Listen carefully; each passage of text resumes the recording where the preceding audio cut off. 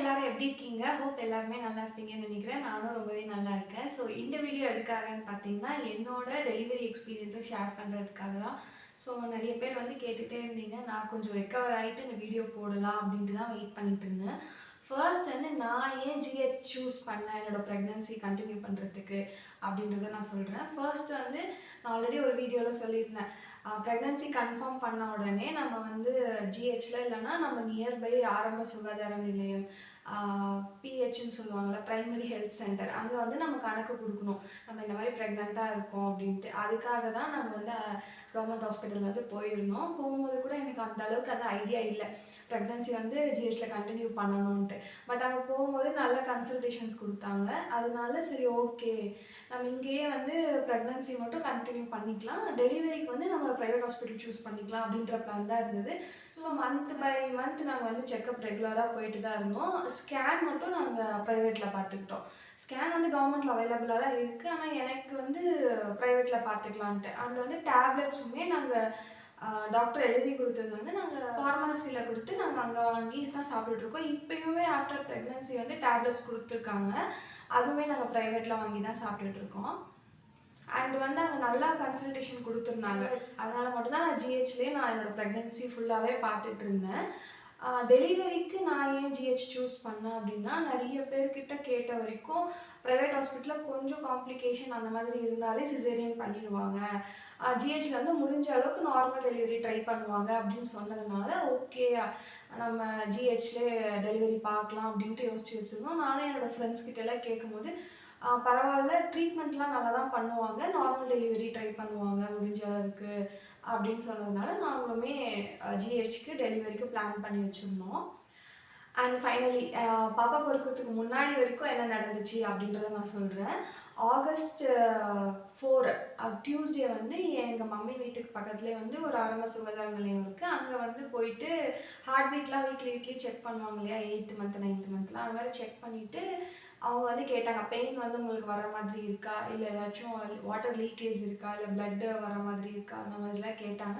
நான் எதுவுமே இல்லை அப்படின்னு சொல்லியிருந்தேன். சரி ஒன்ஸ் வந்து நீங்கள் ஜிஹெச்சில் போய் பாருங்கள் அப்படின்னு சொன்னாங்க. ஓகே அப்படின்ட்டு அடுத்த நாள் ஆகஸ்ட் 5 வந்து நாங்கள் ஜிஹெச்சுக்கு போனோம். ஜிஹெச்சுக்கு போயிட்டு எல்லாமே செக் பண்ணிவிட்டு ஸ்கேன் பண்ணி பார்க்கும்போது வாட்டர் லெவல் வந்து கம்மியாக இருக்குது, நீங்கள் வந்து இன்றைக்கே அட்மிட் ஆகிக்கோங்க, நம்ம நெக்ஸ்ட் ப்ராசஸ் என்ன அப்படின்றத பார்க்கலாம் அப்படின்னாங்க. இது வந்து எனக்கு முன்னாடியே தெரியும். ஏன்னா என் ஃப்ரெண்ட் வந்து ஆல்ரெடி சொல்லியிருந்தா, அவள் நார்மலாக செக்கப்புக்கு போகும்போதே 10 days 15 டேஸ்க்கு முன்னாடியே வந்து அட்மிட் பண்ண சொல்லிடுவாங்க. அட்மிட் பண்ண சொல்லிட்டு நார்மலாகவே பெயின் இன்டியூஸ் பண்ணி நார்மல் டெலிவரி பண்ணிடுவாங்கன்ட்டு. அதனாலே நான் வந்து ஆகஸ்ட் 5 வரைக்குமே போகாமல் வீட்டில் இங்கேவே பிஹெச்லேயே நான் வந்து கன்சல்டேஷன்ஸ் பண்ணிவிட்டு வீட்டுக்கு வந்துடுவேன்.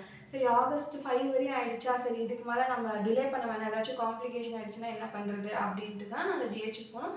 என்னோடய ஃப்ரெண்டு சொன்ன மாதிரியே அங்கே வந்து ஏதோ ஒரு காரணம் சொல்லி அட்மிட் ஆக சொல்லிட்டாங்க. ஓகே வாட்டர் லெவல் கம்மியாக தான் இருக்குது அப்படின்ட்டு இன்னொரு வாட்டியும் செக் பண்ணி பார்த்துட்டு தான் சொன்னாங்க. பட் பாப்பாவோட ஹெட் வந்து 5th மந்த்லேருந்தே செப்பாலிக் பொசிஷனில் தான் இருந்தது பாப்பாவோட பொசிஷனு. ஆனாலுமே ஹெட் வந்து என்கேஜ் ஆகாமல் தான் இருந்தது.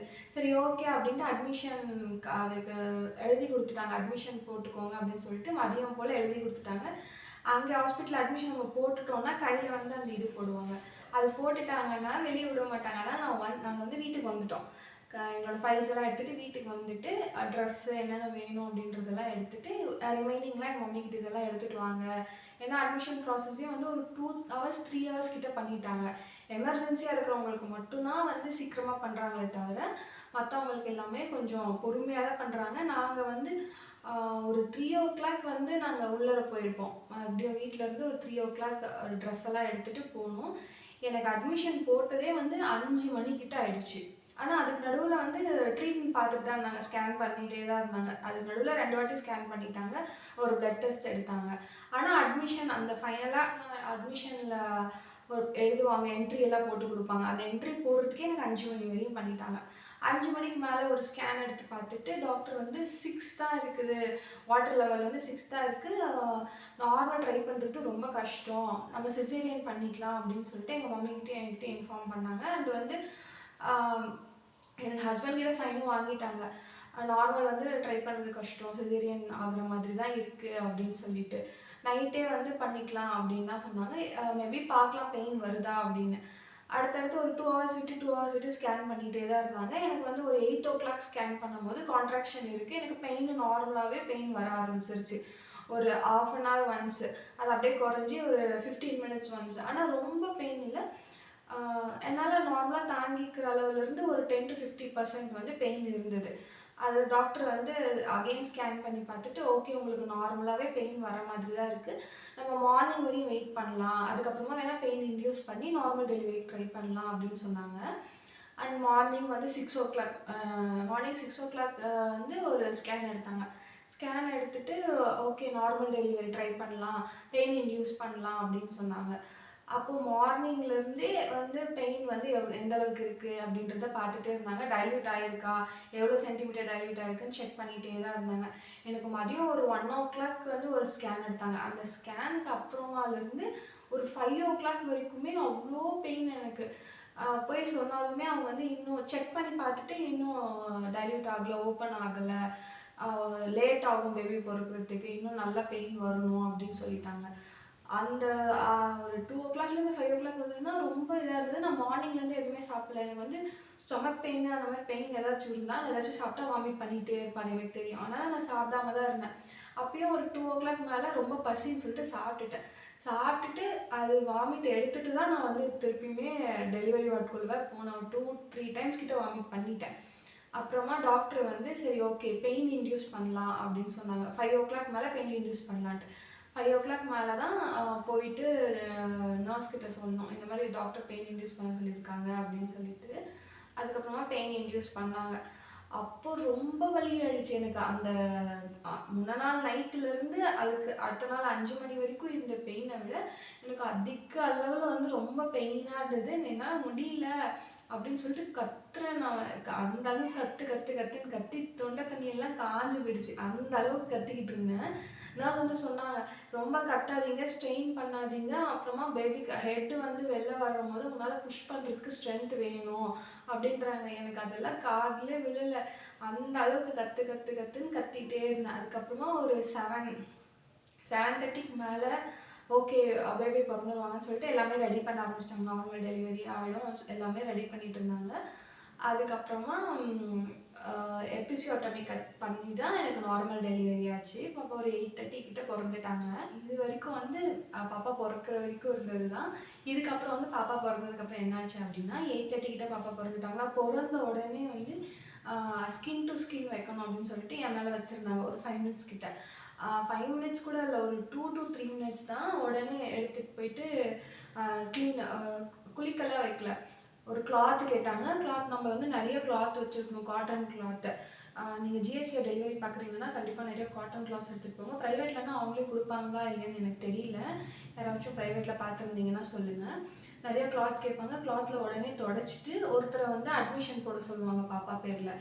பாப்பா பேர்னா என்னோட பேர் வச்சு பாப்பாவுக்கு வந்து அட்மிஷன் போட சொல்லுவாங்க. ஒருத்தர் அட்மிஷன் போட போயிடணும். இன்னொருத்தவங்க வந்து குழந்தைங்க பீடியாட்ரிஷியன் இருப்பாங்க 5th ஃப்ளோரில். நாங்கள் வந்து டவுன் ஃப்ளோரில் இருந்தோம். டெலிவரி ஃபுல்லாகவே டவுன் ஃப்ளோரில் பார்ப்பாங்க. 5th ஃப்ளோரில் வந்து பீடியாட்ரிஷியன் இருப்பாங்க, NICU இருக்கும். அங்கே எடுத்துகிட்டு போக சொல்லிடுவாங்க. அங்கே போயிட்டு 2 ஹவர்ஸ் கழிச்சு தான் பாப்பாவை கொண்டு வருவாங்க. மம்மி வந்து அங்கே எடுத்துகிட்டு போயிட்டாங்க. அதுக்கப்புறமா என்னோட ப்ளசண்டா ரிமூவ் பண்ணிவிட்டு ஸ்டிச்சஸ் போடுவாங்க. எனக்கு எபிசியோட்டமி கட் பண்ணும் போதே அனஸ்தீசியா வந்து கொடுத்துட்டு இருந்தாங்க, மறுக்கிற ஊசி. அதனால எனக்கு வந்து தெரியல. ஸ்டிச்சஸ் போடுவாங்கள்ல. அதுக்கப்புறமா ஸ்டிச்சஸ் போட ஒரு ஃபைனலாக ஒரு 2-3 ஸ்டிச்சஸ் போடும்போது எனக்கு அனஸ்தீசியா வந்து இதாகிடுச்சு போல்.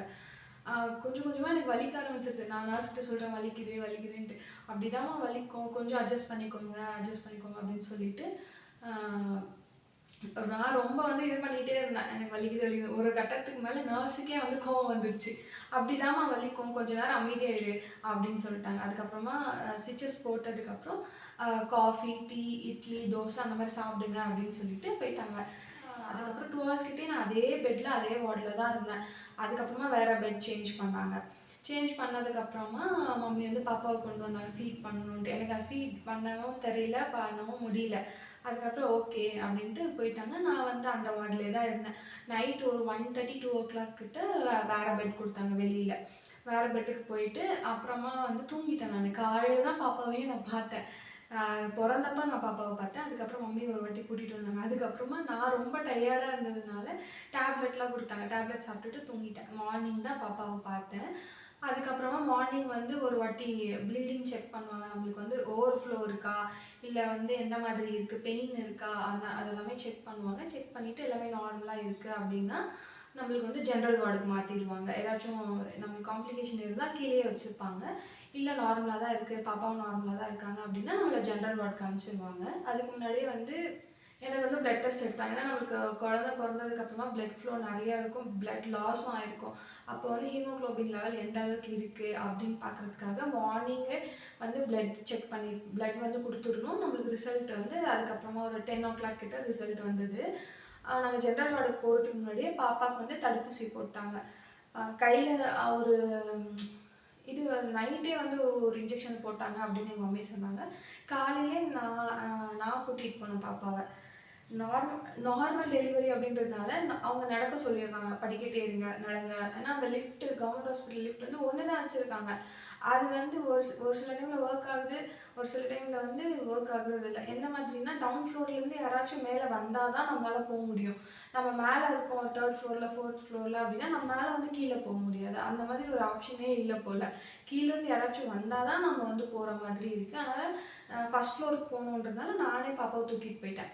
தூக்கிட்டு போயிட்டு அவங்களுக்கு வந்து சொட்டு மருந்து வாயில குடுத்தாங்க. அதுக்கப்புறமா கையில வந்து அம்மா பால் ஊசி அப்படின்னு சொல்லிட்டு ஒண்ணு போட்டாங்க.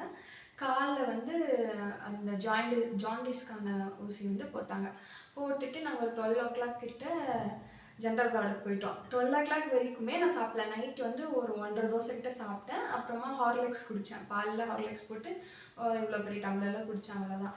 அடுத்த நாள் காலையில பிளட் குடுத்துட்டு, இதெல்லாம் பாப்பாவ தூக்கிட்டு அங்க போய் ஊசி போட்டுட்டு, இங்க போயிட்டு அது பண்ணிட்டு 12:30க்கு தான் ஜெனரல் வார்டுக்கே போனோம். அந்த பெட் பார்த்தீங்கன்னா, ரொம்ப ஹைட்டா இருக்கு. ஒரு பெட் வந்து குட்டியா இருக்கு. ஒரு பெட் வந்து ஹைட்டா இருக்கு. ஸ்டிச்சஸ் போட்டதுனால ஒன்ஸ் நான் ஏறி உட்காந்துட்டேன்னா டக்குன்னு இறங்க முடிய மாட்டேங்குது. படுத்துட்டேன்னா எழுந்து உட்காந்து ஃபீட் பண்ண முடிய மாட்டேங்குது. அந்த மாதிரி தான் இருந்தது. அதுக்கப்புறமா அப்படியே ஒரு 2, 3 டேஸ் ஆனதுக்கப்புறமா நார்மலா இருக்கு எல்லாமே. பாப்பாவும் நார்மலா இருக்கிறாங்க. பாப்பாக்கு சில பேரோட பாப்பாக்கு வந்து ஜாண்டிஸ் வந்து அதிகமா இருக்கு. இல்ல சுகர் வந்து அதிகமா இருக்கு அப்படின்னா, கொஞ்ச நாள் அங்கேயே வச்சிருப்பாங்க. இல்ல நார்மலா இருக்கு அப்படின்னா, 3rd டேவே டிஸ்சார்ஜ் பண்ணிருவாங்க. எனக்கு வந்து ஆகஸ்ட் 6 பாப்பா பொறந்தாங்களா, ஆகஸ்ட் 6 நைட் பொறந்தாங்க. 7, 8, 9 ஆகஸ்ட் 9 11:00 மார்னிங் 11:00 எனக்கு டிஸ்சார்ஜ் பண்ணிட்டாங்க. ஸோ என்னோடைய ப்ரெக்னன்சி எக்ஸ்பீரியன்ஸ் வந்து இந்த மாதிரி தான் இருந்தது. பெயின் வந்து எனக்கு அந்த கடைசி 2 ஹவர்ஸ் தான் ரொம்ப பெயினா இருந்தது. அதுக்கப்புறம் வந்து பெயின்னு சொன்னா அந்த ஸ்டிச்சஸ் பெயின் தான். இப்போ வந்து பாப்பா பொறந்து ஒரு 20 டேஸ்க்கு மேல ஆயிடுச்சா, எனக்கு இந்த ஸ்டிச்சஸுமே வந்து பெயின் வந்து எனக்கு கிடையாது. ஆனா கொஞ்சம் கொஞ்சம் அப்பப்போ பெயின் வந்து அந்த அளவுக்கு ஸ்டார்ட்டிங்ல இருந்த அளவுக்கு பெயின் இல்ல. இப்போ ஓரளவுக்கு ஹீல் ஆயிடுச்சு. இன்னும் ஒரு 10 to 15 டேஸ் ஆச்சுன்னா நார்மல் ஆயிடும் அப்படின்னு நினைக்கிறேன். இப்போ வந்து சில பேர் கேட்டீங்க ஜிஹெச் வந்து சஜெஸ்ட் பண்ணுவீங்களா அப்படின்ட்டு. என்ன வந்து பர்சனலா கேட்டிங்கன்னா 50-50 தான். இப்போ வந்து சில பேர் நார்மலா இருக்காங்க. எல்லாமே பிபி, சுகர் எல்லாமே நார்மலா இருக்கு. குழந்தைக்கு எந்த பிரச்சனையும் இல்ல அப்படின்றவங்க தாராளமா வந்து ஜிஹெச் சூஸ் பண்ணிக்கலாம். சில காம்ப்ளிகேஷன் இருக்கு அப்படின்னா, நான் ஏன் ஜிஹெச் வேண்டாம் அப்படின்னு சொல்றேன்னா, ரொம்ப போட்டு டார்ச்சர் பண்ணி எடுத்துருவாங்க. இந்த பிபி, அதுக்கப்புறம் ஏதாச்சும் பிஃபோர் பேபி வந்து அபார்ட் ஆயிட்டு, இப்போ நெக்ஸ்ட் பேபி இவங்க இருக்காங்க அப்படின்னா, ரொம்ப அப்படியே போட்டு ஒரு மாரி பேசி பேசியே நம்ம மைண்ட் வந்து ஒரு மாரி டென்ஷன் பண்ணி இவங்களே பிபி வர வச்சுருவாங்க. அந்த அளவுக்கு வந்து பண்ணுவாங்க.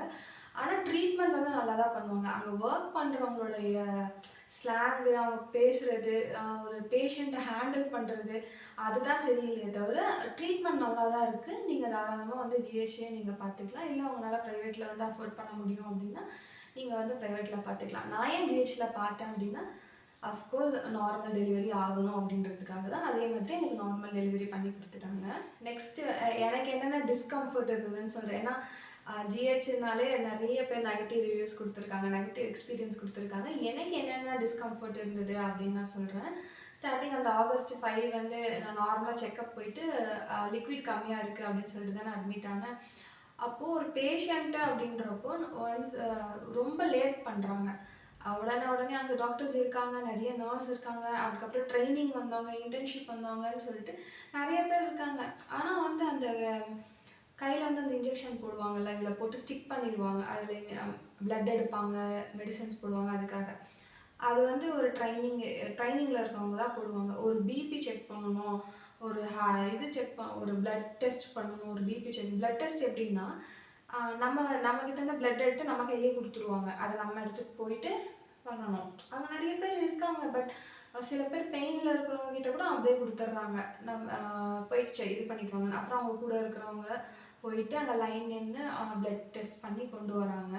சம்டைம்ஸ் வந்து அந்த கூட இருக்கிறவங்களையும் அந்த உள்ளே அலோவ் பண்ணுறதில்ல. அந்த வாட்ச்மேன் வெளியவே இருங்க அப்படிங்கிறாங்க.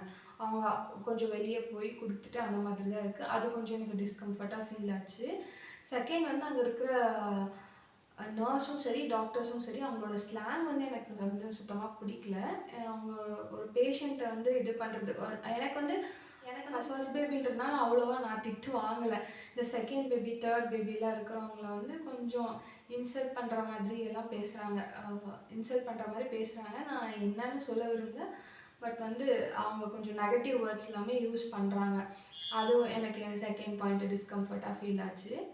அவ்வளோதான். எனக்கு தெரிஞ்சு அவங்களுடைய ட்ரீட்மெண்ட் பொறுத்த வரைக்கும் நல்லா தான் இருக்குது. பட் அவங்களுடைய ஒரு பேஷண்ட்டை ஹேண்டில் பண்ணுற விதம் வந்து எனக்கு ஏதோ கொஞ்சம் செட் ஆகல.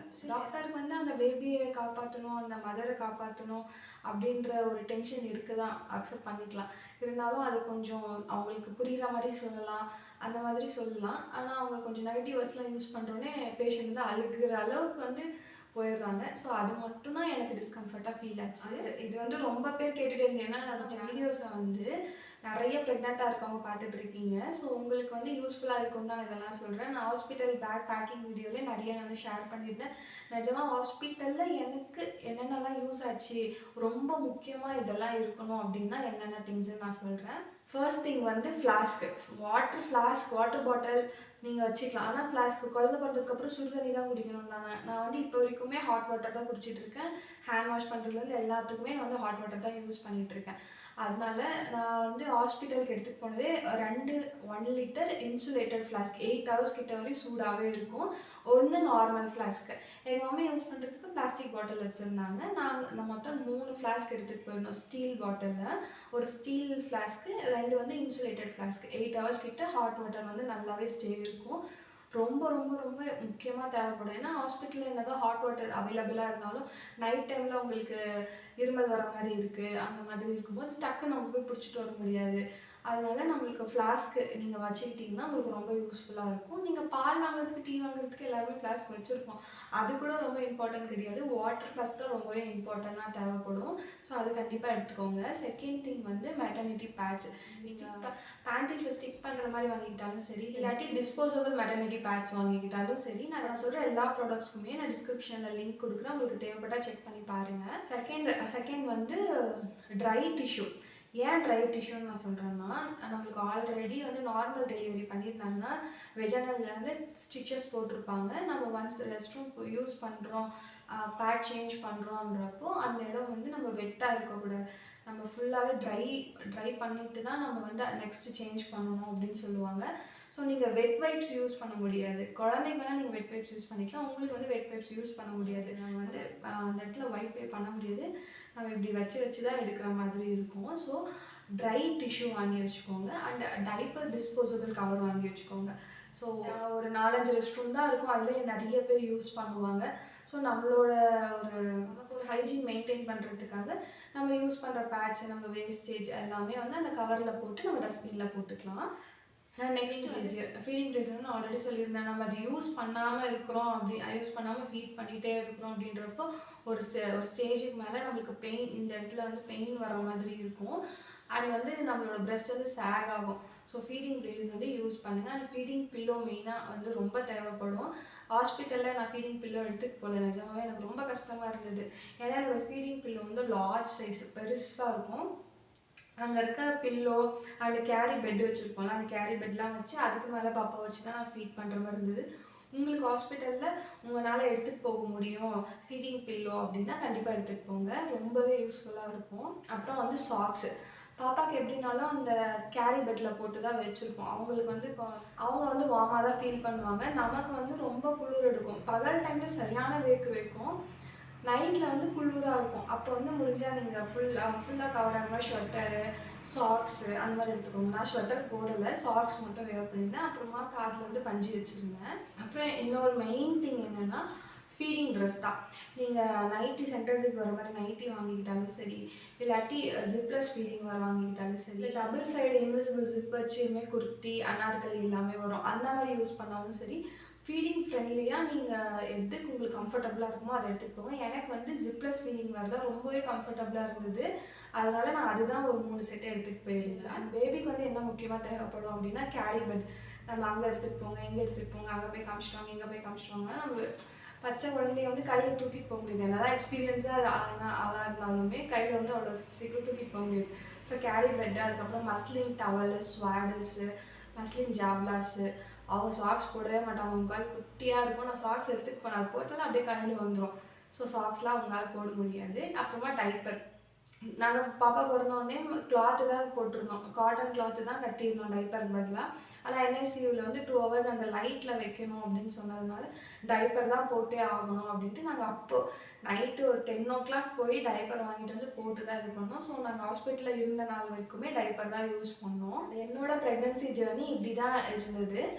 நீங்கள் கவர்மெண்ட் ஹாஸ்பிட்டலில் டெலிவரி பார்த்துருந்தீங்க அப்படின்னா உங்களுடைய பாசிட்டிவ் எக்ஸ்பீரியன்ஸ் ஒரு நெகட்டிவ் எக்ஸ்பீரியன்ஸ் எதுவாக இருந்தாலுமே கமெண்ட்ஸில் சொல்லுங்கள். நானும் பார்த்து தெரிஞ்சுக்கிறேன். அவ்வளோதான் இந்த வீடியோ முடிஞ்சுது. ஸோ நெக்ஸ்ட் வேறு ஒரு வீடியோவில் உங்களை பார்க்குறேன். until then, bye bye.